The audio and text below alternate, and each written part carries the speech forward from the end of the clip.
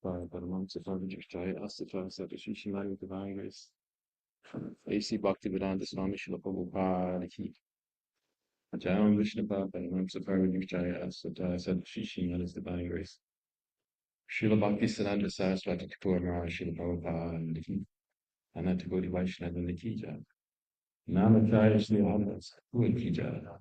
This compound Jaya Srila Prabhupada ki Jaya. Prem se Krishna Chaitanya Gopinath Nanda Shri Radha Shastri Gaura Bhakti ki Jaya. Shri Shri Radha Krishna Gopinath Shamakun Radhakun Giri Govardhan ki Jaya. Vrindavan Dham ki Jaya. Mathura Dham ki Jaya. Navadvip Dham ki Jaya. Ganga Maya ki Jaya. Yamuna Maya ki Jaya. Tulsi Devi ki Jaya. Bhakti Devi ki Jaya. Harinam Sankirtan ki Jaya. Hare Krishna Mahamantra ki Jaya. Gaura Premanande. All glories to the assembled devotees. All glories to the assembled devotees. All glories to the assembled devotees. All glories to the lotus feet of Sri Guru, Sri Gauranga.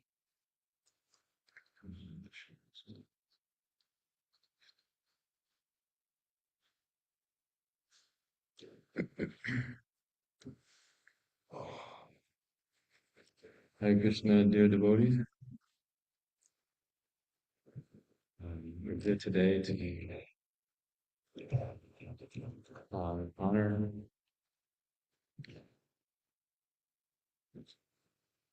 His Grace, Bhaktisiddhanta Saraswati Thakura Maharaj.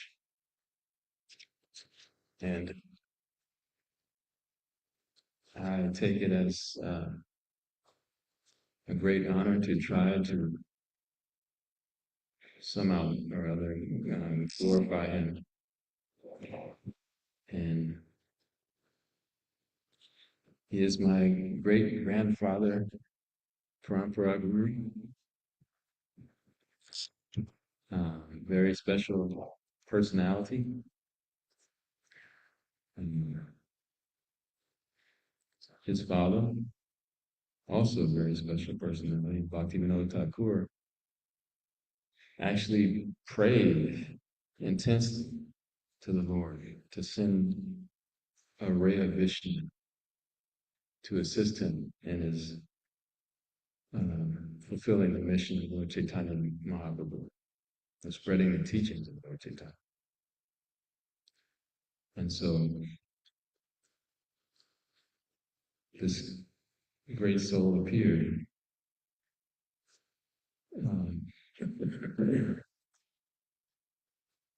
And when he arrived, his actual birthday, according to the Western calendar, is February 6th, 1874. And very unusual personality. The astrologer that did his chart, he was just amazed. He said he had never seen anything like that before, because this personality had all the 32 bodily symptoms of a Mahapurush, or a great personality. And so he said that he'd be a worldwide famous, brilliant teacher of the absolute truth. And another interesting thing is that when he was born, his umbilical cord was around his neck like a Brahmin thread.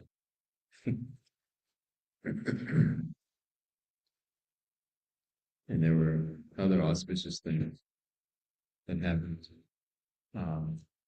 At 6 months old, the Rath cart, because he was born in Jagannath Puri. So the Rath Yatra cart, which was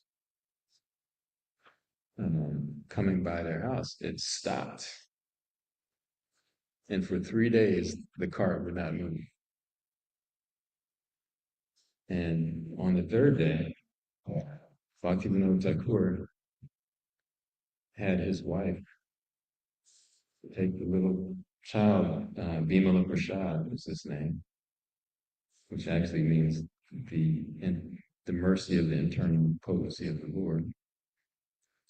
Bhima Prasad, he asked her to take the baby up to the cart and get the blessings of Lord Jagannath. And so when she went up, Lord Jagannath had a garland up, and somehow the garland came off and just encircled the little child. So that was extreme blessings. But not only that, they also, right there, they did this 6 month grain ceremony. So his first actual grains that he took was Jagannath Prasad, right off the cart from Lord Jagannath on Rath Yatra, a Rath Yatra cart. So very, very auspicious blessings and reciprocation from Lord Jagannath.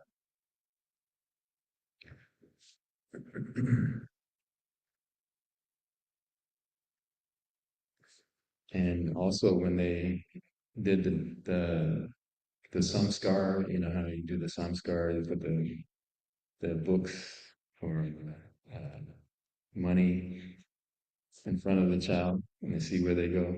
I mean, he immediately went straight to the Srila Bhagavatam. So it was clear what his so-called vocational interest was going to be. And as he got older, there's the classic story of the mango. Um, how his father had brought home some, fresh ripe mangoes, and he picked one and said, "This is mine." And he's maybe the book says that he was like 2 or 3 years old, and so Bhaktivinoda Thakur, kind of gravely chastised him. Just not too heavy, just you know, and but he took it as like, oh, I'm an offender. I'll never eat mango in my life. It's 2 or 3 year old child.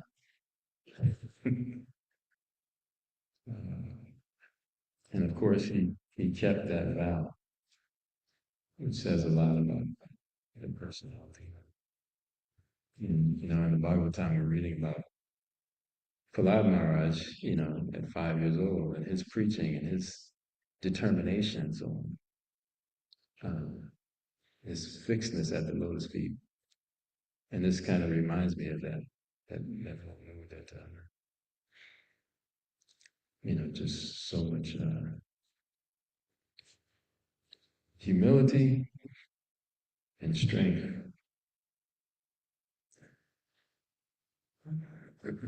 And at 7 years old,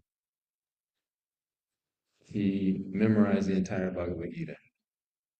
But not just memorized, he was able to give the purports, the understanding of each verse. And his father, at the age of 7, uh, he gave him a Kurma deity to worship regularly. So daily he was having this Kurma deity to worship. Kurma, you know, the incarnation of Krishna as tortoise. Yeah. And so, and also his father would give regular, Bhaktivinoda Thakur give regular lectures, and Bhaktisiddhanta would actually attend, or Bimala Prasad, and everyone was amazed, including his father, how attentive he was, just completely absorbed, listening to the Krishna Katha. Um, and so when he turned 11, he toured Mayapur and places where Lord Chaitanya's Liga had taken place. Um, and, he was very studious, but everything he learned in Srila, he never really studied outside of the classroom. It was only the scriptures that he studied outside of the classroom as a child, and he would just be so absorbed. And he loved to read Narottam Thakura's books, Prema Chandrika or something, in another book. And and later he got absorbed in his own father's books a lot. And at the age of 13, Bhaktisiddhanta Thakur gave him his set of beads from Jagannath Puri, and so he could chant Harinam, and he also gave him the Shringa mantra to chant, which he did. And at 16, he actually started a society of, uh, and to be a part of that society, he had a group, he had a group of people with him. You had to vow to take a vow of celibacy for your entire life.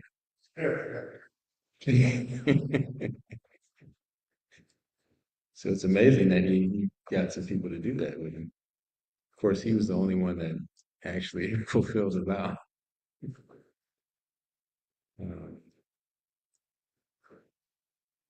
and at 18, so this was in 1892, he he went to Calcutta's Sanskrit College, and he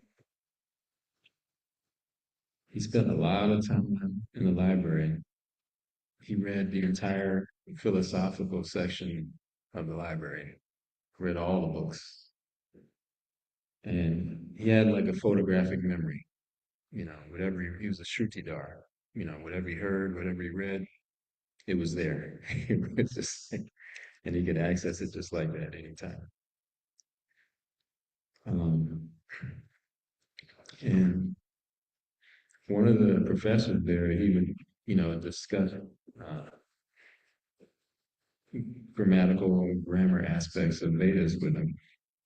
And this professor was praising him and suggested that he study this area and master that area, and that be something that he study and teach for the rest of his life as a professor.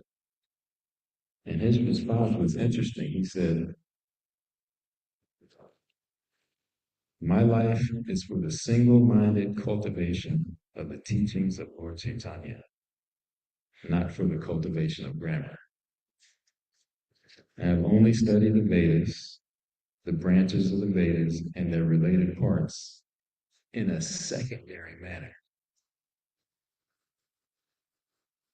So what he's saying is that Lord Chaitanya is what I'm here for, to serve for the pleasure of Lord Chaitanya. And all the scripture reading, I mean, it's supporting that. It's secondary. And he was such a scholar of Sanskrit, of mathematics, of astrology, astronomy, and he was so astute that his teachers gave him the title Siddhanta Saraswati. That's how he got that name. Um, and so, actually, while he was in college, he debated this professor on astrological calculations, um, and he defeated him. And after that, I mean, no one wanted to debate him, in college.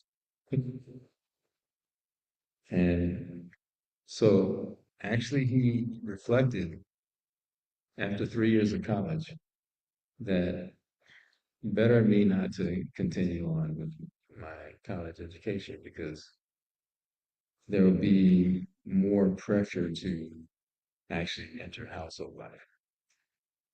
So he spoke. I mean, he determined that the best thing for him to do is to to leave college. And while he was in college, though, he would be writing for different magazines and, um, you know, sharing his knowledge. And he was so well known for that, he got offered a position at the University of Calcutta as a professor. But he saw that would be like an impediment to his spiritual life. So, getting absorbed into all that, you know, academic life. So he declined. And it was like a prestigious position too, but he just, wasn't interested. So after he left college in 1895 to 1905, he actually was employed by the king of Tripura as an editor initially. And so they had him editing the family history of that royal family. And then during that period of time, I mean, a couple of years, that king left his body, and the new king took over. And that king had him teach his sons Sanskrit and Bengali. And so during that time period, from 1895 to 1905, in 1897, he made a vow to follow Chaturmasya. And so during that period of time, he would sleep on the ground, no pillow, no nothing. He would eat once a day. And what he ate was um, sun-cooked rice from the ground in ghee. And that would be his meal. And so he was performing all, heavy austerities, actually. Prabhupada made a comment about that.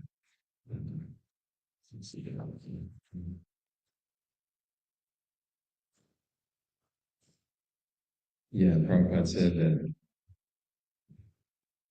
from childhood, he was a strict brahmachari. Srila Bhaktisiddhanta Sarastvati Thakura. And he underwent very severe penances for starting this movement. And that was his mission.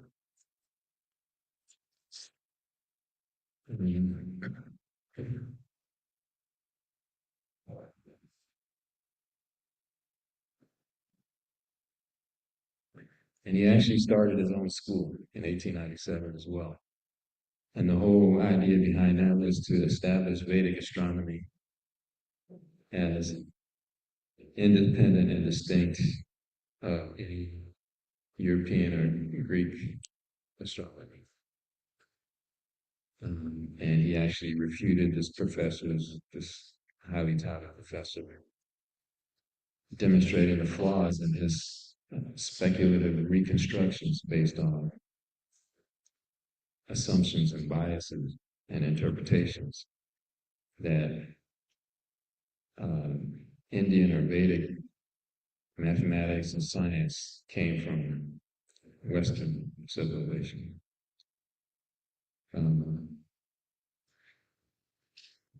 So he defeated that professor, and then going on to 1900, which was, I don't remember the exact time, but that was near the time when Jagannath Das Babaji and Bhaktivedanta Thakur actually found the birthplace of Lord Chaitanya. And during that time, at that point,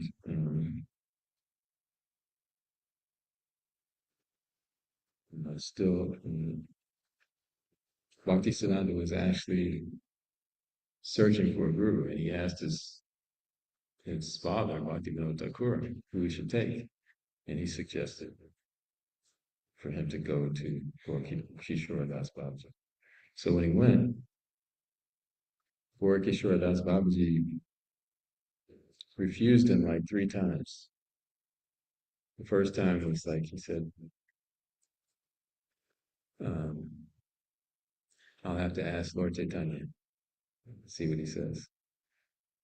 So later, Bhaktisiddhanta came back and said, "Did Lord Chaitanya give an answer?" He said, "Oh, I forgot to ask him."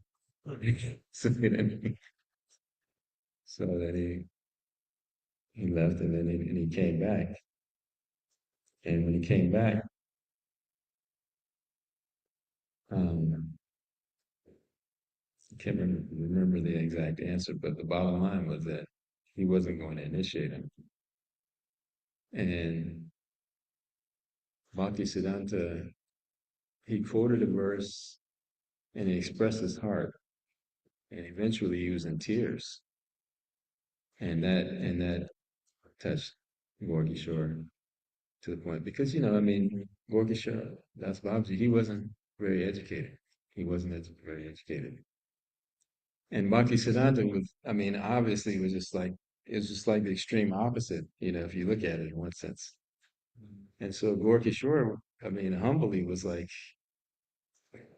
I'm not qualified to initiate,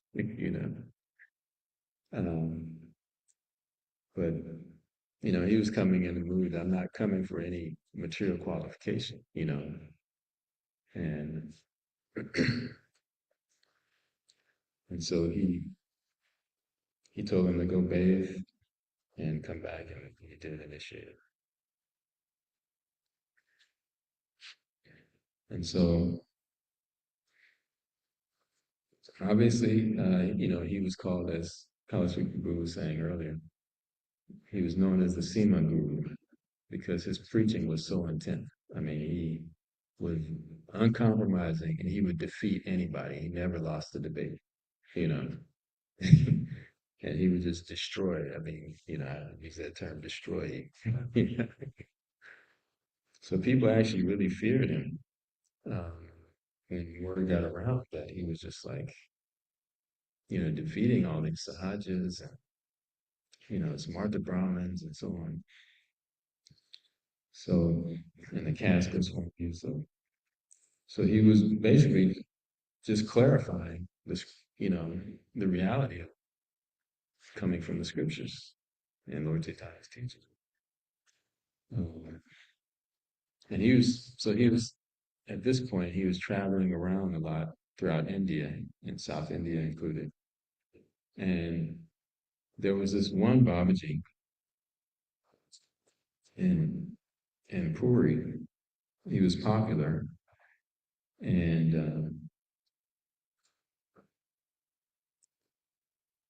and when he smashed him, there was like this heavy backlash, of censorship, you know, that he was experiencing.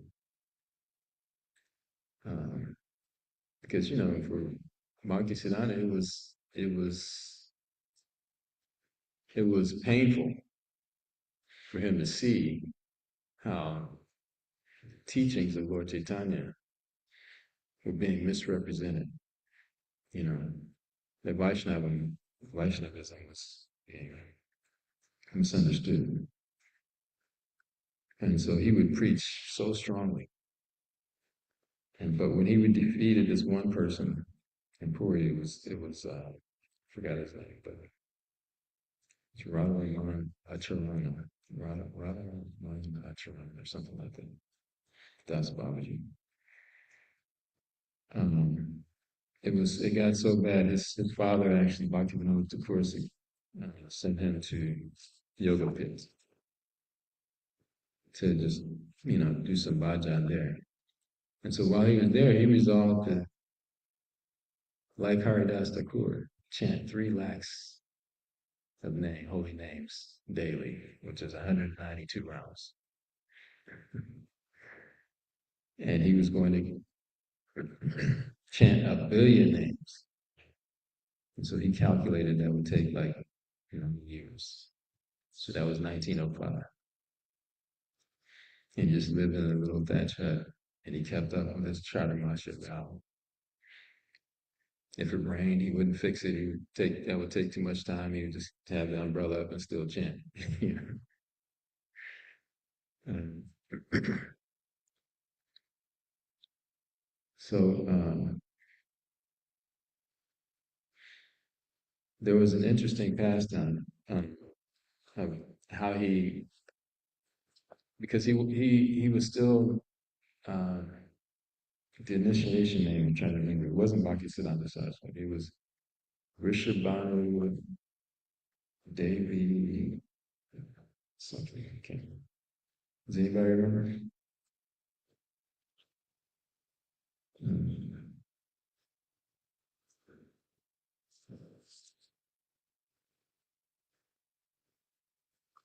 Anyway, so he still had his initiated name from um, Yorkishore Das Babaji. So at that point, he didn't have any disciples. He was practicing his bhajan, and he did give some talks, and but his main thing was just his vow. Um, and there was this one man who heard. He had heard him, but he he left. His name was, and this is in 1906, Sri Rohini Kumar Ghosh. He had this dream, and as a result, he approached Siddhanta Saraswati for initiation. But the backstory is the boy had gone to stay with some Baus. You guys know what the Baus were? Um, Baus were like, they were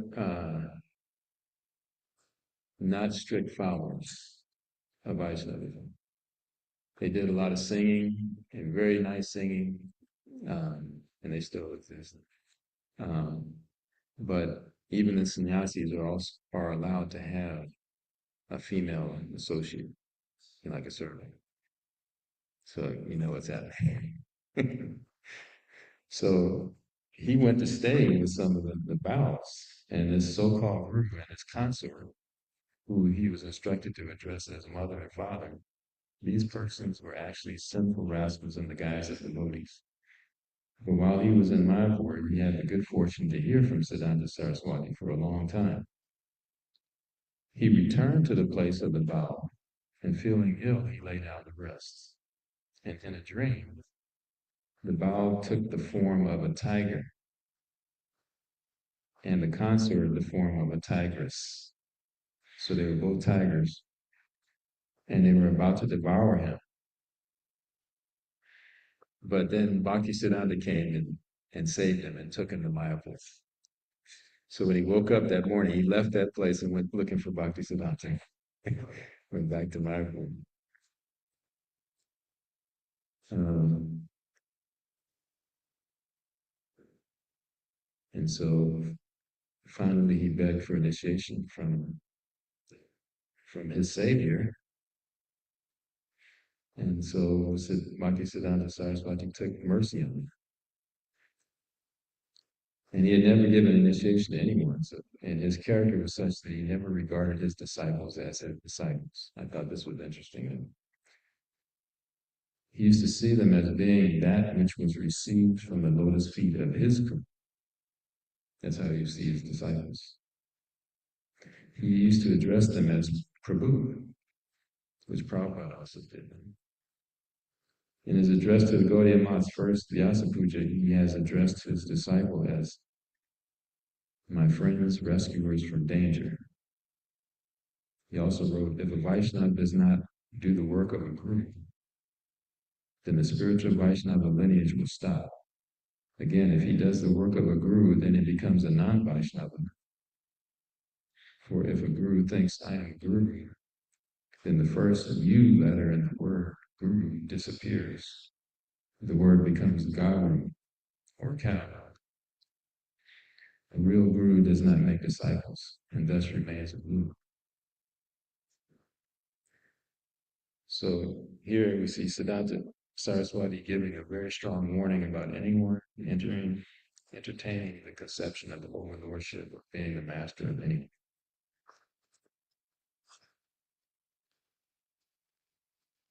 And so he started preaching around India, even more so. And um,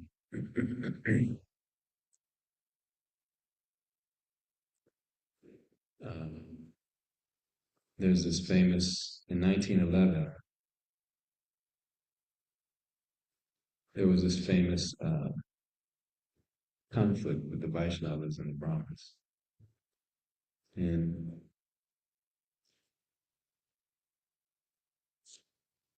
it's there's a whole chapter in this book by Rupa Vilas about Bhaktisiddhanta.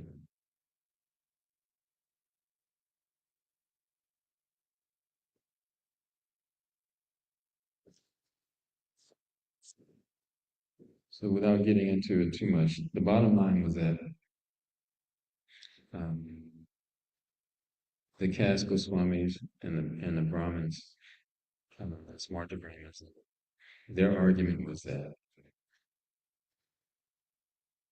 you cannot be a Brahmin if you're not born in the family of a Brahmin, had parents that were Brahmins, by heredity, basically. Um, but the other arguments for Vaishnavas was that one is born with certain qualities, guna and karma, qualities and whatever your your natural tendencies for work are. So if you actually have rabbinical qualities, then you are a Brahmin. You know, if you're born in, if you have Brahmin parents, but you're not having the qualities of Brahmin, you're not a Brahmin. That's what he's saying. So in that talk, he, because you had so many people there, and different organizations, caste Goswamis, and when Bhaktisiddhanta spoke, of course, first he glorified the Brahmins, all the scripture. And so the Brahmins were just like, so, yes, yes, exactly, yes, this is it. But then he started giving the other angle, which is emphasizing those points about it's about guna and karma. And then he made the point that a Vaishnava is beyond all of it. The goal is not to be a Brahmin. I mean, anyone can be a Vaishnava, he was saying. And he had all the scripture to back it up. And so after that, of course, there was another debate about the Gora mantra because there were arguments that Lord Chaitanya is not God and not an incarnation of God. But Bhaktisiddhanta defeated those arguments as well.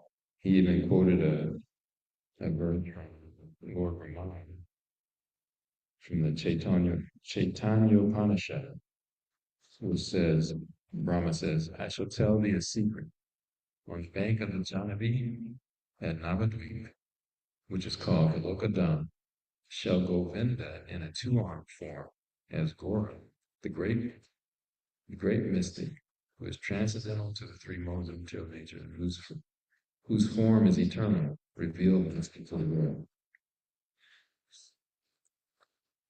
And he quoted other verses from other Upanishads, from Srimad Bhagavatam, of course. And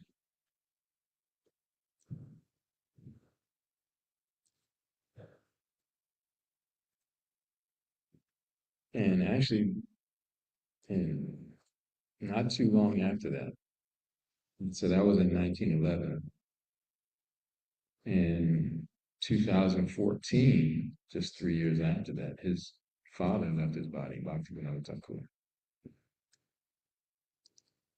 And then just less than a year and a half after that, Gorkishore Das Babaji left. So that was 2015. So, I mean, I'm sorry, 1915.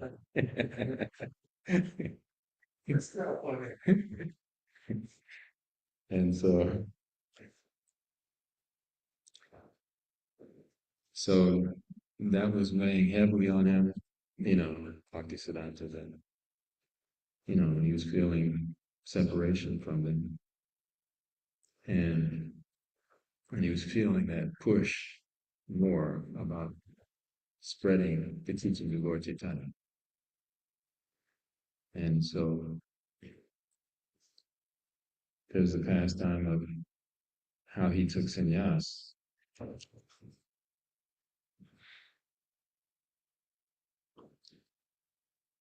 Because his guru was gone. His father was gone. So who was going to give him sannyas? And in this book it says, taking sannyas from the picture was certainly not a standard practice of the Ramanujas. The situation, however, was unique.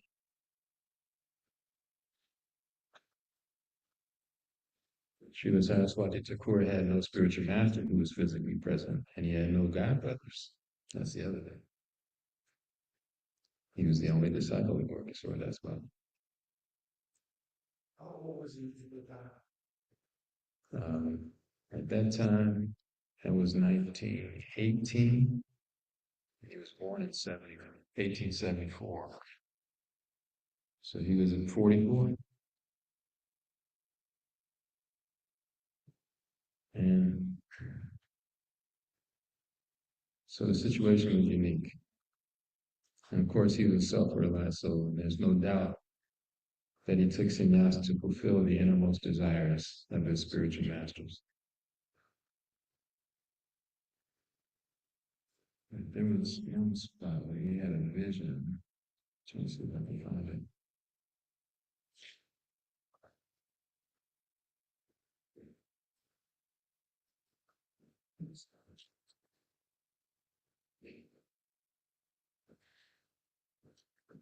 Anyway, he had a vision and he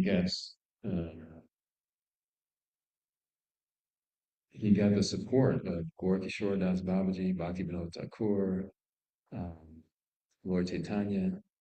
It was like the Parampara was just saying, hey, we got your back. Go for it.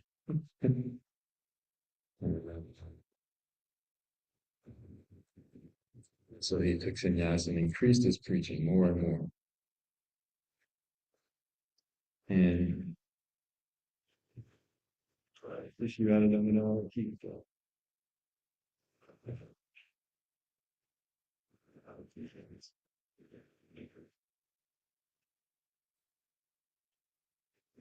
So one of the topics he preached a lot on was Daivi Varnashram, which means that, you have the Varnashram system, but that beyond Dharma, a pure devotee is transcendental to all material designations. So, thus, a Vaishnava has already achieved the highest qualifications of any Varna or ashram, including Brahmins. So, that was like the conclusion of his Daivi Varnashram preaching. And he established 64 temples throughout India. And there's some interesting statements. I'm sorry I'm doing all the talking. I should let him do the talk because and his vocabulary was just like so high, so difficult to understand, you know. And it's interesting that when he was in college, he was given that name Siddhanta Saraswati, and he decided to keep that Bhaktisiddhanta Saraswati when he took sannyas because he definitely had the blessings of Saraswati.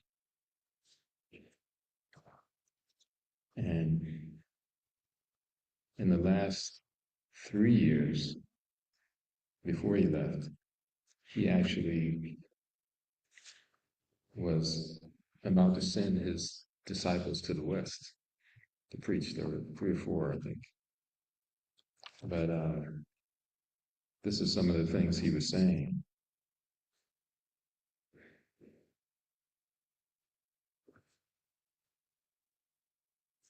The happy day has come when we are destined to spread the message of our great master, Sri Chaitanya Mahaprabhu, to distant corners of the earth.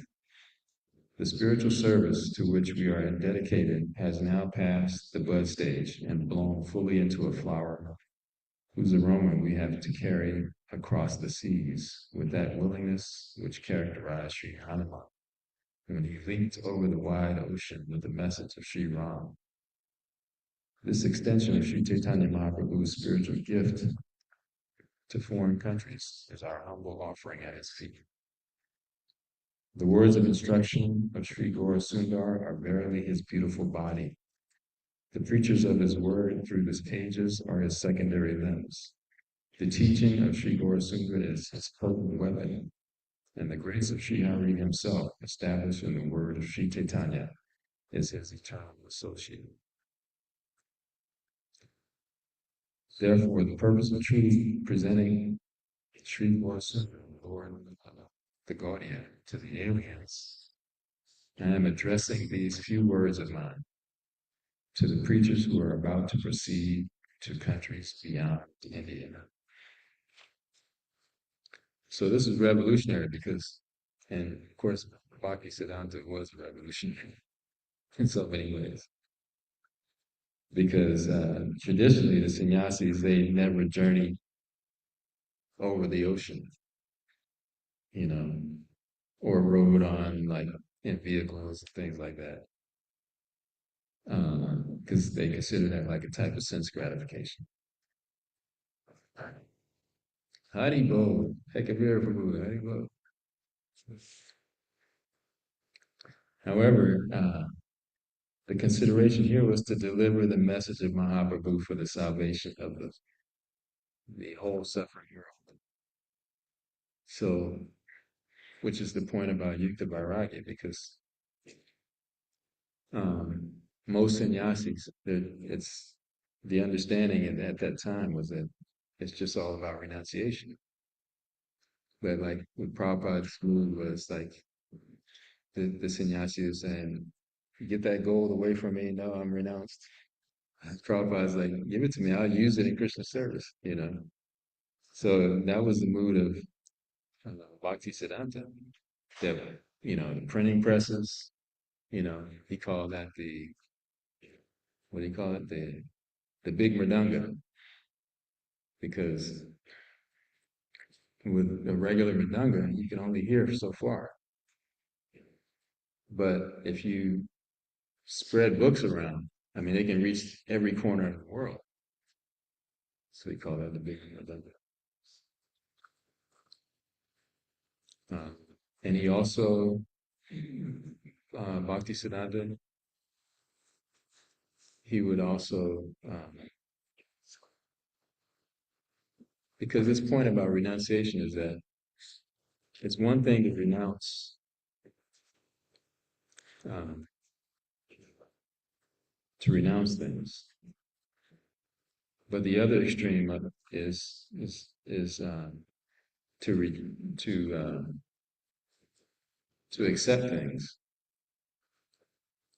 But if you don't do either one, but you just only focused on service to Krishna, it doesn't matter what you get or don't get. Whatever Krishna provides, you're going to use it in the service. That's the big difference.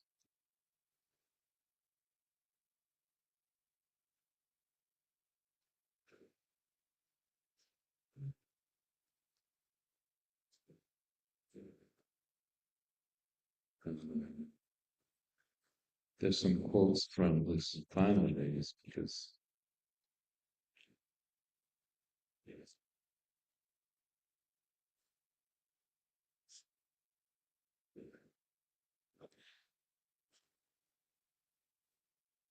so some of the things he was saying as he was getting closer to leaving the body,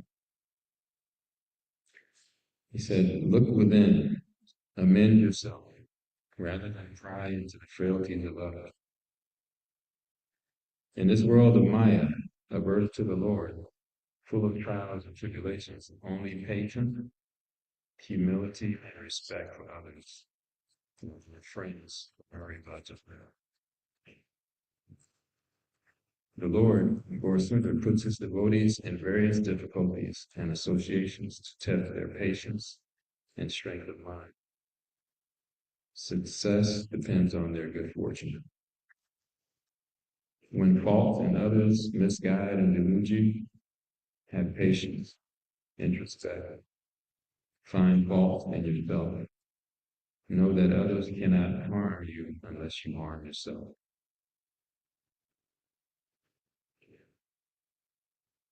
I wish, this is a popular quote, I wish that every selfless, tender-hearted person of body will be prepared to shed 200 gallons of blood for the nourishment of the spiritual corpus of every individual of this world.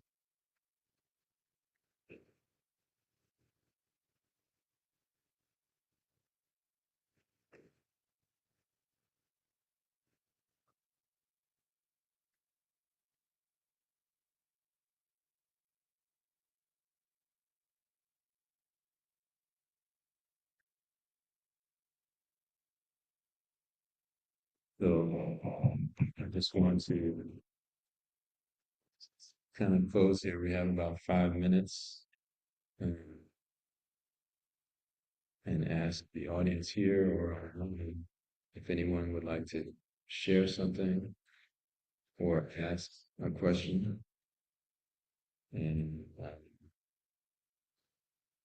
we can have more time. Targa Vibhuti, you have something?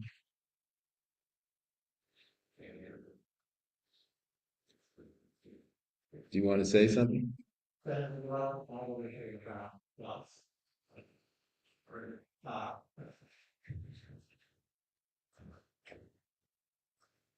before you guys are calling me some questions, and then ask if you would like to give me thoughts about this.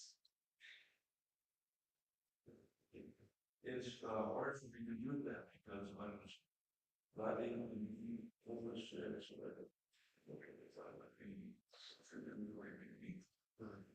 how much time do we have? Just a few minutes. Just a few minutes going into conflict. Well, I would say that I have to be career. What do you say? Say, okay. Well, any questions anyone has, or something you want to share?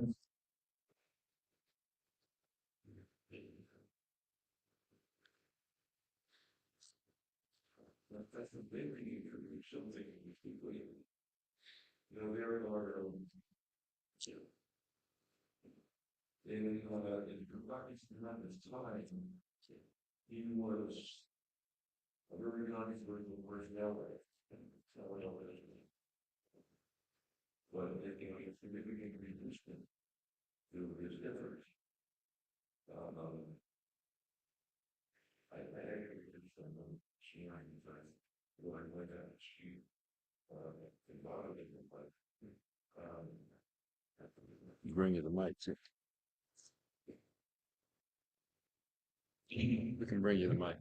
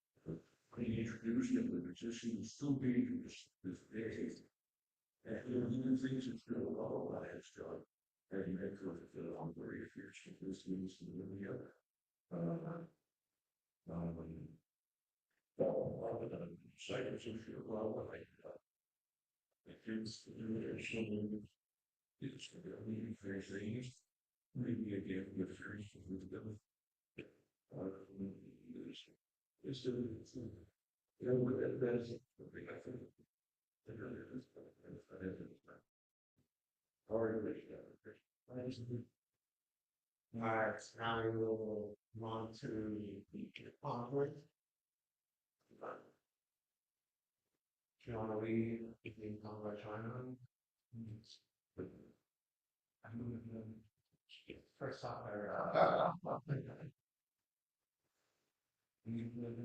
um, wow. Could be a whole completely different one. That'd be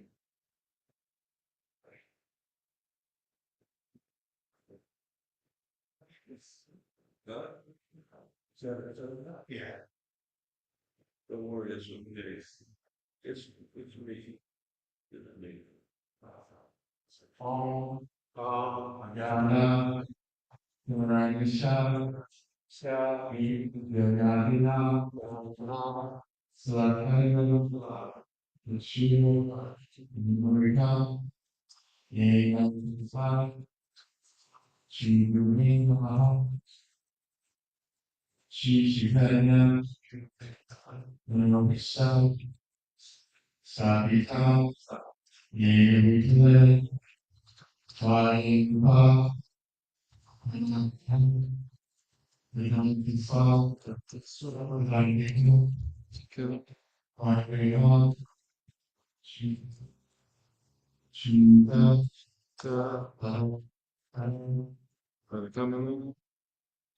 Shri Guru Brahma Vaishnava Shri Rupa Sagrada Sahani Nirvikanita Tatsati Sadhava Sadhava Vardha Sanitana Krishna Chaitanya Srila Srila Anugyam Lalita Pasha Mama Om Vishnu Gaya Vishnu Sad Undri Shimade Bhaktivedanta Swami Vidrite Namaste Sarasvati Nirvana Pranayane Virasesha Sundaralam Vasita Vishvapana Namo Vishnupadaya Vishvamasya Vindhya Srimate Bhaktisiddhanta Saraswati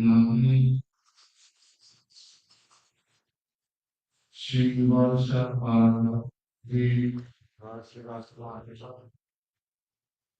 Dida Taya Vipa Krishna Sambandha Vishwanatha Namaha Namaha Vayuryu Swanas Premaga Shrupa Yoga Jatida Shivori Karuni Shati Rahamya Namaste Namaste Bhagavati Shivardhana Devakarani Upamangali Arunam Siddhartha Dhammaita Arun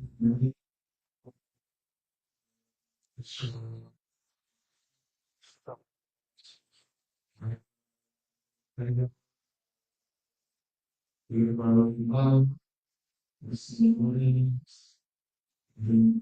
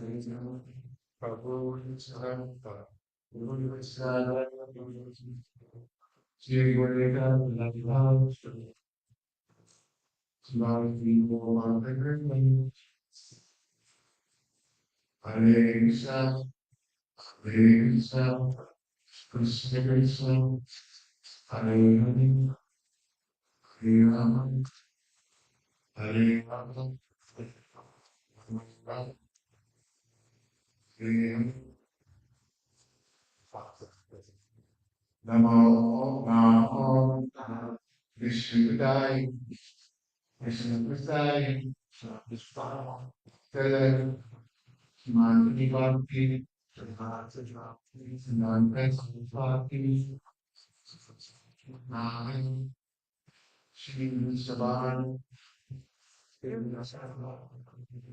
Ding, Zai, Katina,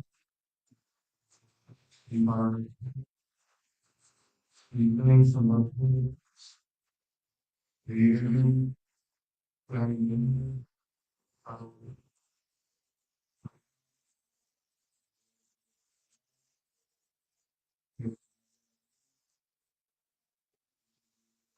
Evening, Igor, Namaste,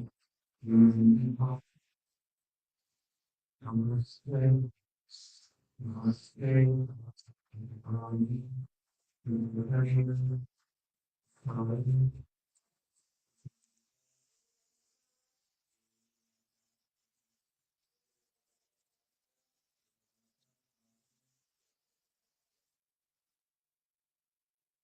Esse Pushpanjali, esse Pushpanjali, Bhaktisiddhanta authority is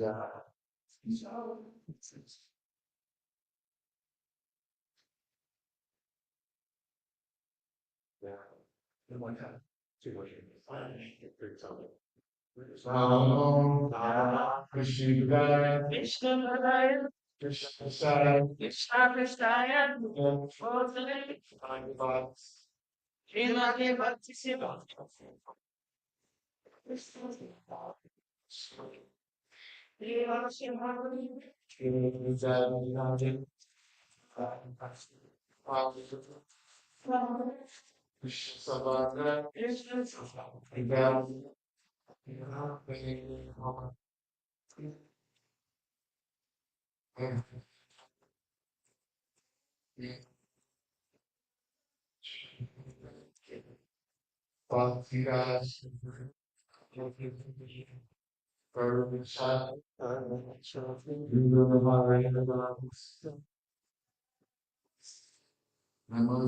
Thakura money, Shimur, Kaina,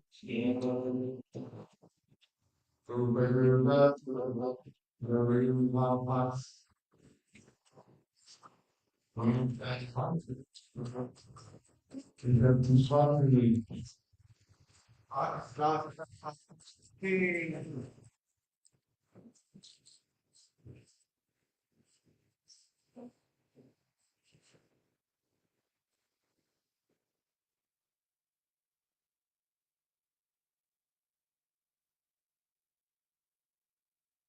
Now, we need to gather. Vishnu Sada, Krishna,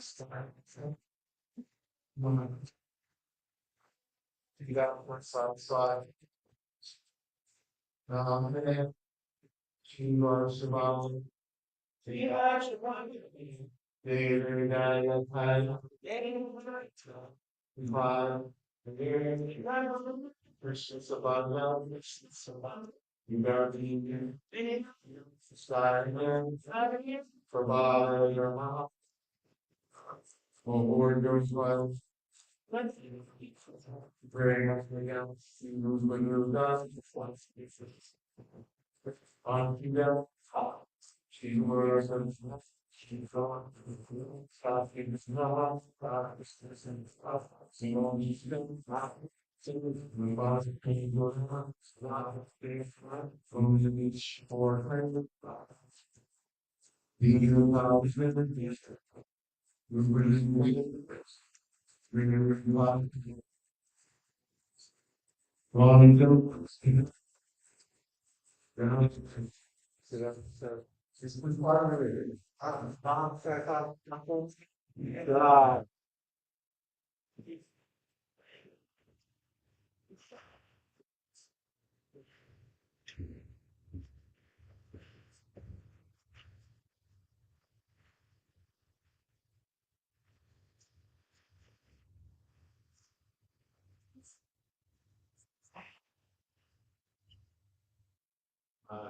Sure enough.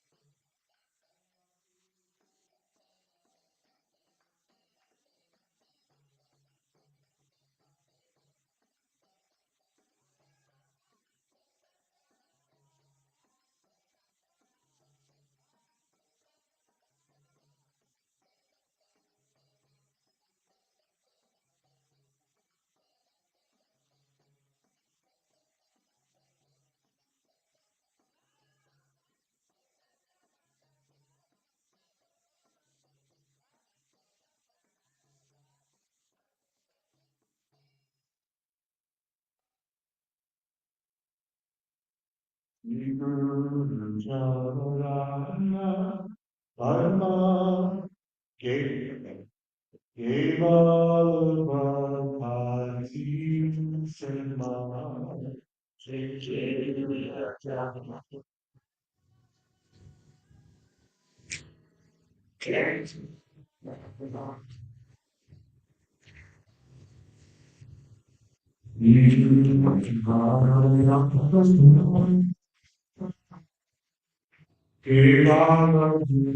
Sima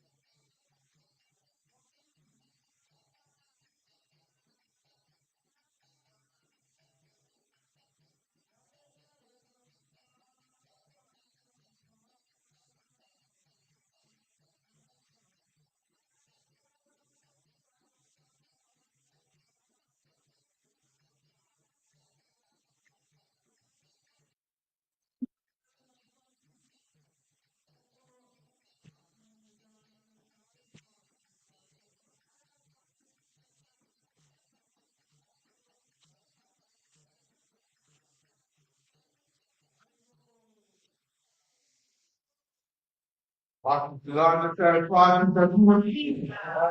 Very good.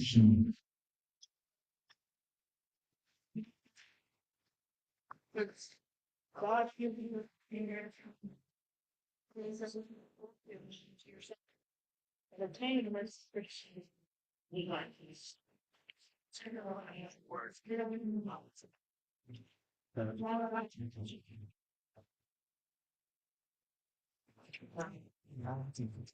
Just use my without perfect and word. Without sense, sliding or being using it's just use of this use of terms. I'm in the tutorial was to so as food and change as we have seen this is and distinguish from institution. The Bhaktisiddhanta Saraswati for Maharaj you're thinking of